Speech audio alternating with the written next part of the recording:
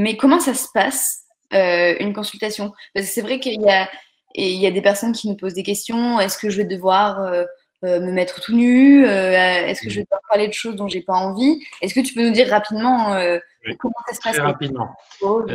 Dans la très grande majorité des consultations de sexologie, dans une majorité des cas, il n'y a pas d'examen physique nécessaire dès la première consultation.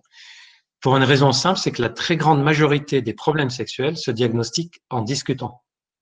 Quelqu'un qui dit « mais je n'arrive plus à avoir d'érection », on ne va pas lui demander de se mettre en érection pour voir si c'est vrai ou pas. Ça n'a aucun sens. Et on ne voit jamais personne consulter en disant « je n'ai pas d'érection » alors qu'il y a une érection. Enfin, c'est rare. Les gens qui viennent consulter, c'est des gens qui ne sont pas bien, qui souffrent et qui ont besoin d'aide.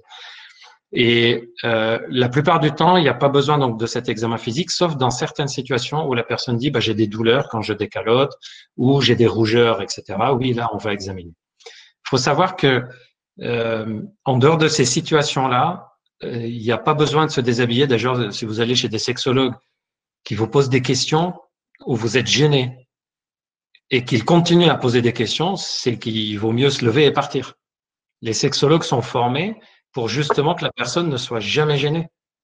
Et sont formés pour que les questions qu'on pose aient toujours un sens et que quand vous consultez, que vous sentez que chaque question posée va dans un but précis et qu'on est en train d'avancer étape par étape. Exactement comme si vous allez voir votre médecin en disant que quand vous faites pipi, ça pique. Et si vous posez des questions qui vous gênent, c'est qu'on n'est pas dans le bon tempo. Si les questions vous paraissent cohérentes, c'est qu'on est dans le bon tempo. Autre chose à savoir, c'est que beaucoup de gens disent je vais aller, mais qu'est-ce qu'on va dire, comment je vais utiliser, quels mots je vais utiliser, est-ce que je vais savoir expliquer la situation? Et moi, je vous conseille d'y aller. Je dis souvent, c'est comme au McDo. Allez comme vous êtes. C'est ça le pub du McDo. Non, venez comme vous êtes. Venez comme vous êtes. Ouais, beaucoup trop de pubs ce soir. Et pourquoi? Parce qu'en fait, à partir du moment où vous êtes avec un sexologue formé, il va vous demander pour quelle raison vous venez. Et si vous êtes en difficulté pour répondre, il va vous dire est-ce que c'est plutôt ça, c'est plutôt ça, c'est plutôt ça. Et il suffit de dire ah c'est plutôt ce que vous avez dit là-dessus. Et là, il va vous poser des questions pour raffiner. Donc, il n'y a pas besoin que vous ayez fait toute une mise au point avant d'y aller. Vous pouvez y aller en disant il y a un point qui me gêne, je dis ce qui me gêne et je laisse faire le spécialiste ou la spécialiste le reste du boulot. On est formé pour ça. Ne vous embêtez pas à chercher vos mots, utilisez les mots que vous avez. En consultation de sexologie, ben, vous le remarquez comment on parle là maintenant. On ne va pas parler comme si on était des Freud, on ne va pas parler comme si on était des professeurs de médecine en train de faire un cours à d'autres professeurs. On va parler simplement comme on parle dans la vie de tous les jours.